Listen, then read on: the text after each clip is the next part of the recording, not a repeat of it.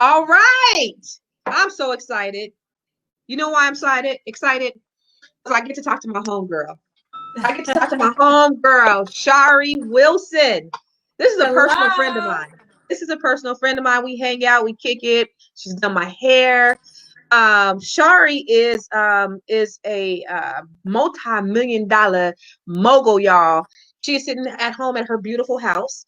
She is the owner of Dream Girls. Her and her sister own Dream Girls Salon. She is that you have a location here in Sacramento and also in LA. She's a real estate investor. She also is a co-owner of the first African American owned beauty college in California. She has a product line, by the way. Oh, by the way, when did you release the product line? A Your hair month ago.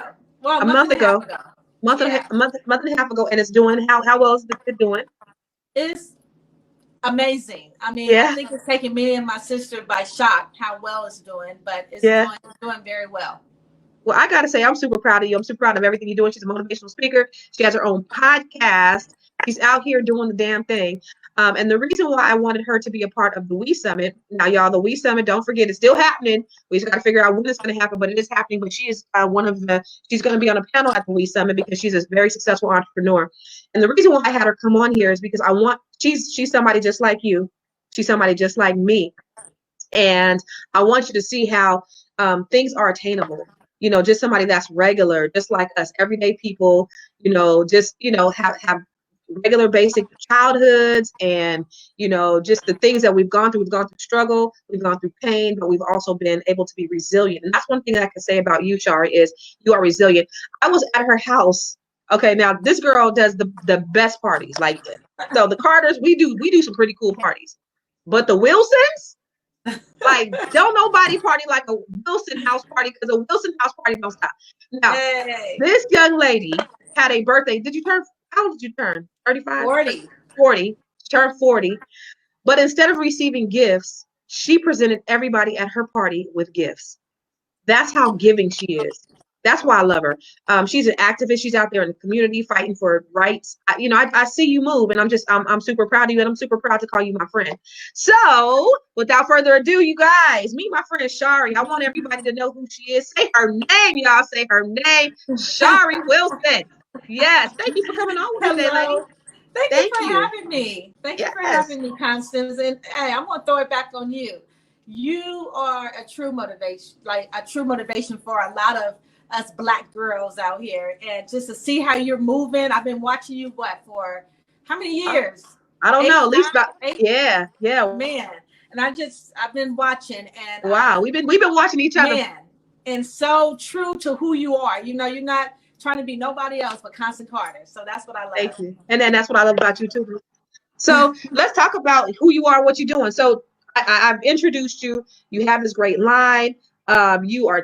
Let me tell you something. Shari has sent me, and I'm not gonna tell you what it was, but Shari has sent me her 1099 a couple of years ago. And said, Constance, I really need to invest in some more real estate. And I seen that 1099. I said, I really need to own a hair salon. What the hell? Hair salon owners is making money like this. It was crazy. Man, So, I mean, you're blessed you know because what? yeah, it's not often that you have somebody, because you not only own a hair salon, but you own a business. You know how to run your business, and that speaks volumes of who you are. Yeah, and you know what, Constance? I will go back. A lot of that, I mean, that I sent you, which is me being a hairstylist. That's me Yeah, being behind the chair, right. and you I know, know. I'm That wasn't always, even cash. yeah, that was just the credit card, Square. Yeah, But I'm always trying to tell people, especially young people, because when I was growing up, my mom, well, not so much my mom, but people talk down on being a hairstylist. That's not a real mm, career. That's not a real business. That's a hustle. And when I got into this, I said, if I'm going to do hair, I'm going to make this into a true business, and that's what I want other hairstylists to look at this. This is a multi-billion-dollar industry. We just need to know what to do with the money once we get it. that's right. But what did you do differently? Like, how come you were able to make, all those zeros, and other hairdressers aren't able to make money like that? Because I'm looking at their 1099. I mean, everybody doesn't claim all their income, but it's nowhere near what you've been able to do. How are you able to do that? You know what? My sister and my mom taught me business at a very young age. And I want to say a lot of hairstylists that I know, Constance, they are making good money as well. But a lot of them on paper, they don't want to show it on paper. You know, they Yeah. don't want to accept credit cards. They don't want to show things on paper. They want that fast money. And when you do Right. that fast money, you can't obtain anything. You can't Yeah. have anything. You can't buy a house. You could probably buy a car, but you can't go buy investment property. You can't really do anything. And so with my students at Mixed Institute of Cosmetology, we drill in, this is a business.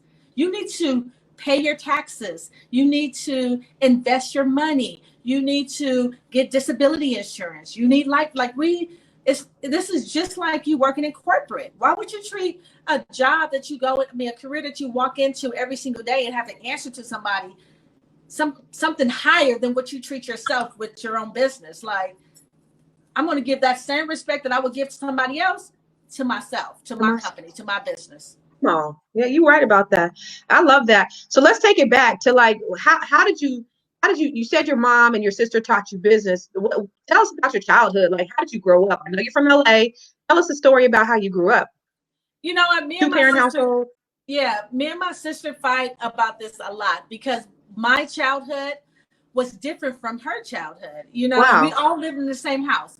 I was raised with my mom and my dad. We lived off of Crenshaw and Slauson. Between Overhill and Crenshaw on Slauson, closer to Overhill.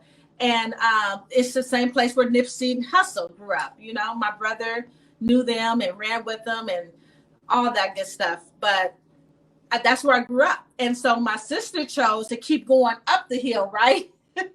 And I chose to go down the hill a little bit. And so our lives was different. Not saying that our parenting was different, but the choices that I chose growing up, I chose to go down. I chose to go towards Crenshaw. I chose to try to, live that life. And, my life is different. And in my shoes, where I stand at today is different than where a lot of people who grew up in my hood, their life is not the same. They went some of them was killed. Some of them end up going to jail. My brother, he was in prison for 30 years. He just came home it's been a year. He'd been home for a year. He came home just before my dad passed away. So again, we all have the same opportunities, right? But it's what the path we choose to take. And I remember when I turned 16, my sister, she thought I was going to be a tomboy, right? Because I ran the streets. I was doing everything I wasn't supposed to be doing. I mean, I used to fight. I got kicked out of like all type of schools, multiple schools. And when I turned 16, she gave me a complete makeover. And she said, you will not be, not on my watch. And the first time I ever looked in the mirror and I was like, oh, wow, she is pretty, right? Yeah. Wow. And I just never turned back. I just tried my best to just stay on that path. But at one point, I posted a picture of me now and me, I think it was like 10th grade. I was straight, gangster. Tomboy. Like, what's yeah. up, Yeah. And I had to make a decision. What do I want my life to be? And then another thing is people used to always brag on my sister. She's the smart one. She's going to be the one to make the money. She's this and she's that. And once I made that decision that this is what I wanted to be, because everybody saw how I used to be, I always had a mouth, I always was in trouble. I made a decision that I'm going to prove all of them wrong. Every person who doubted me, everybody who already spoke my future, everybody who said that I wasn't going to be anything, all those people, I was going to prove them wrong. And that's what gave me the gas to keep pushing, keep moving, because I wanted to prove people wrong. Yeah, that's dope. I want to just shout out the folks that are tuning in with us. Hey, Brandy, Felicia, who, if you're out there, I can't see who you are. I only can see you if you comment. So Felicia, Nicole Singleton, Tashante, Tisa, Um, Tisha said, I'm sorry, but that chandelier is everything. Girl, you have Oh, not been to her house. Her house is everything. If you seen the before and after, I seen the before and I seen the after. And Shari has great taste. She also has a lot of money. It just shows she has a lot of money too. Anyway, hey, I don't anyway, listen. I you're do blessed. everything on a budget, so that's my You next are, show. girl, Yeah, you're blessed. You're blessed. So how thank did you you. make your way on down to Northern California? Hey Felicia, hey Alicia, hey Monica. How'd you make your way down to Northern California? Hey Roderick. You know what? What's up, James? I was Hey, you married guys, prior. share because people need to hear this story, especially, people who've had similar backgrounds. Let them know that no matter what, where they've been through, what they've gone through, what, their childhood, whether they came from a single parent household, because you can see, you just said something that was so poignant. Me and my sister grew up in the same house, but we had Mm-hmm. totally different experiences.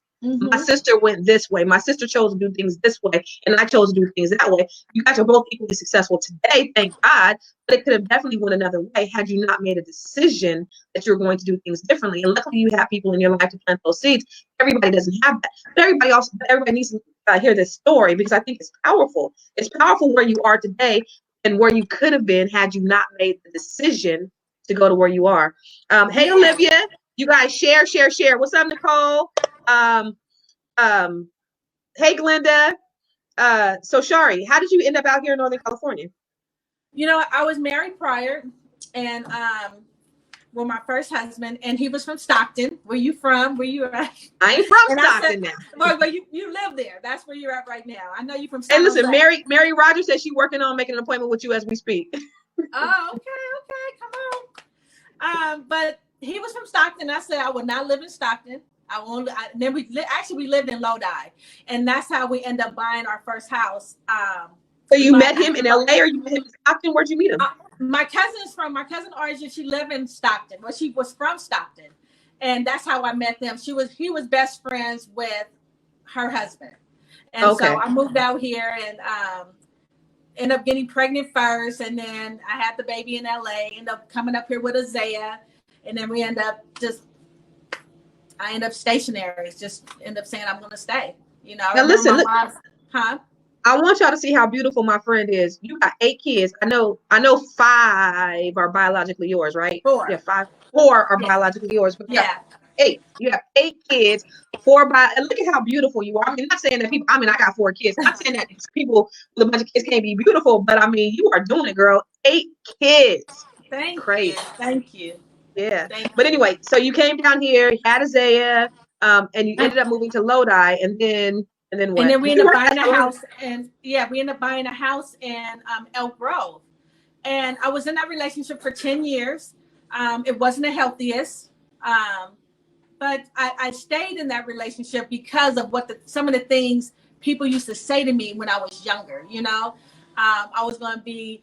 It was funny because first people didn't think I was going to be a girly girl. They thought I was going to be a tomboy, right? And then when I started being a girly girl, then I end up being. They end up saying that I was going to be barefoot and pregnant. you know, that They I just was keep fast, I underestimating was you. this. So, Hmm. those things stayed in my mind. And so I stayed in an unhealthy relationship to prove people wrong, So we was married for 9 years, and then we divorced. And that's how I end up in Sacramento. And I But started what were doing the hair. lessons? What were the lessons that you learned by staying in an unhealthy relationship based upon what other people said or thought about you? What did you learn from that? You know what, Constance, what I learned is that you have to start doing things for you, you Mm. know. But at that point, I don't regret anything. I really don't. I believe that relationship taught me a lot about myself and the things that I needed to change about myself, right? Because I wouldn't say he was a terrible person. We just wasn't good together. We just was not good together. He had hurt, I had hurt, and we all in our relationships. Sometimes you come in with hurt, right? But it's to a point where you have to make a decision that I won't get hit, I won't be abused, and when it starts to be where you feel like your life is in jeopardy, you have to walk away. You know, Wow. but I Yeah. still think that relationship taught me a lot of stuff just about who I am and the things that um, how I could become better. I would say how I could become better. I don't regret it. I have 4 beautiful boys from him, and we actually co-parent very well. So, what was the biggest thing that you learned from being in that relationship? you know what I realized is that the reason why I stayed was because I was trying to prove other people wrong. I wanted to prove the people who said that I was going to be barefoot and pregnant, that because I made a mental decision that all my kids was going to be by one man, right? Mm-hmm. Because I didn't want to fit that stereotype. I didn't want to have a whole bunch of kids by a whole bunch of people. So I learned that it's not about what people think about you. You got to make decisions based off of you, and That's you got to right. everything you do, you got to make it because this is what is best for you. But I would say the negative things people said to me, the things that people said I wasn't going to be, that's what gassed me. That's what gassed me. That's what gave me that push to be everything I am today. Now I had to make a decision to don't allow my wounds to keep on gassing me, because now I know I'm smart now. Mm-hmm. I have to make better decisions, because now your wounds can also be the things that hurt you, continue to hurt you. So I had to let a lot of that stuff go. I had to forgive a lot of people who I felt like was never there for me. It's funny because I was talking to my auntie, and she, this was actually this year, and she was just like, you know, they call me Makia, and she was like, Makia, I am so sorry. Like she actually apologized, and I wasn't even asking for her to apologize to me. I was just sharing my journey, and she said that I was one of those people that used to say that to you, and she actually apologized to me. So sometimes your wounds can gas you, but then you have to make a decision not to let it affect your future, if that makes sense. Yeah. Does that make sense? A lot of sense. Yeah. That makes a whole lot of sense. What did you learn from that marriage? You carry things with that. It's kind of like Self-Made. Have you guys watched Self-Made? I haven't watched it yet. Oh, it's an excellent movie. It's an excellent movie, and it showed how CJ Walker, the things that happened to her, it's the thing that gassed her, right? Yeah, it gassed her. It made her be everything that she was. But at the same time, she wasn't able to really live her life, because those same things that gassed her was a wound that was inside of her. And right when she hit her peak, when she should have been enjoying her life, she ended up dying, because all that hatred and all that unforgiveness and resentment, it was built up inside of her, and it killed her. So you got to be able to allow things to gas you, but at the same time, take it and let it go, release it, so it doesn't affect where you're going or where you're at currently. Yeah, that can physically negatively affect. And that's why a lot of people die of cancer, is because all of that negativity is just built up inside of them. Yes. Yeah. Heart issues, cancer, all that. So, yeah. What did you learn, like from that marriage, taken into the marriage, your current marriage? Like, what are some things that you do differently as a result of your first marriage? What I learned was, when I got married the second time, I wasn't ready. That's what I learned. That I should have took time to really take care of all. Wait. You weren't ready for the second one, or you weren't married for the first one? I wasn't ready for neither one of them. And I'm going, and that's one thing about me. I'm so transparent, and I'm just, only way I know what to be is real, right? So I wasn't ready for neither one of them. Right. Yeah. The only thing that you learned, what were the other lessons? There were no other lessons in there? For what I learned. For where you are now in your current marriage, because I know, obviously, you weren't married, you weren't ready at the time, but there's some things, some values that you could take in from the first marriage that you do better now as a result of what you went through the first time? Yeah, so now, but honestly, I'm Constance, when I left my first marriage, I took a whole bunch of baggage and I dumped it in my second marriage. Yeah. You understand? Only thing I knew is that, oh my God, I found somebody who loves me, who treats me good, who want to be on my team and want to be a team player, and all this stuff. This is what I learned, right? Like everything I did not have, in my first marriage. I said I have it now in my current marriage, right? But even though I had all this stuff that was new, I was still taking all the stuff from my old marriage and bringing it into my new marriage. I didn't have time to really process and heal some of the wounds, because being married for 9 years and you're fighting and it's abusive and you guys not talking to each other correctly and doing all this stuff, you're taking that same stuff into your new marriage. So you end up having some of the similar issues that you had from your first marriage into your new marriage.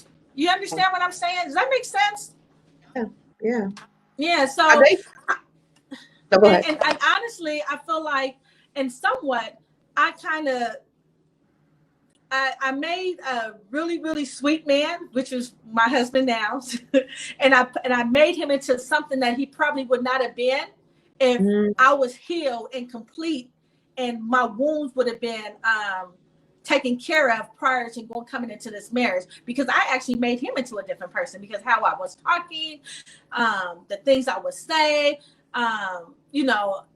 one thing about me is I know how to get things done. I know how to build a business. I know how to go out and get what I need. And so with that being said, Constance, I know you're similar.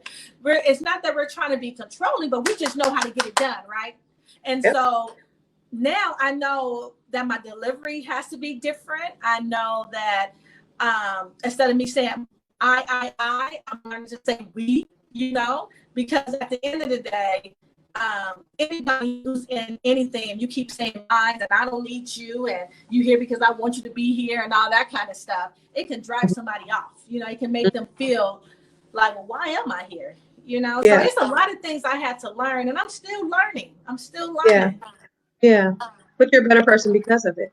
I think that the biggest thing is you recognize that. You recognize where you fell short. You recognize your mistakes. You recognize that you don't know how to talk to your husband, or you didn't know how to talk to your husband, and you're correcting that. So that's everything. But I want to go to the questions, because they said, how long did it take for you to really heal and forgive? Man, you know what? Honestly, I want to say I've been on this journey of really forgiving everybody, like the last 3 years. And I let me tell you, I've been in counseling like for this. I'm a true believer in counseling, and about 3 or 5 years. It's a journey. It's a process to understand it, because sometimes you don't even understand where this anger is coming from. Until you actually sit with somebody and they start asking you questions about your childhood and what happened here and what happened there. And then you realize, wow, I'm working from a wound that happened when I was 9 years old.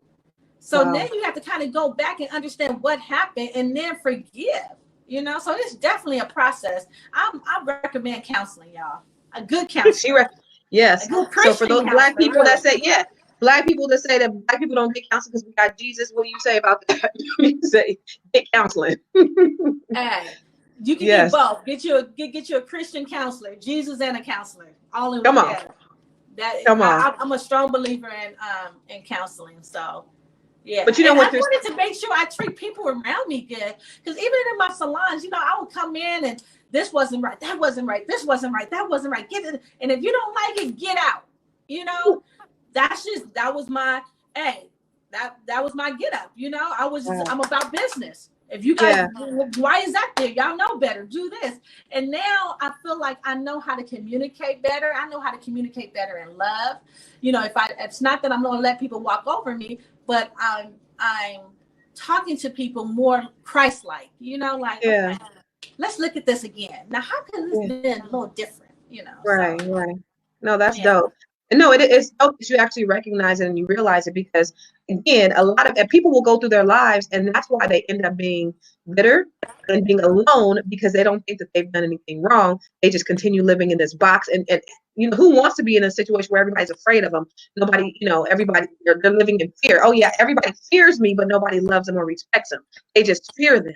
And so when you can lead from a place of love, I believe in being a servant leader. I believe in, pouring into the people that are around me. I believe in them becoming better. I believe in them having what they need to have so that they can become better. So when you have that, you're, I think you just are able to go much further as a business owner. I think you're just able to go much further as a person. You know what I mean? Exactly. And let me say this. It's not that because if people, even when people leave my salon, they always come back and they always say, Shari, you're such a loving person. You'll give anything, you'll give the clothes off your back. And I will. And I did this even then when I didn't know how to talk to people. But it's hard for people to receive it when your delivery is wrong. You understand? Yeah. Like I always, and I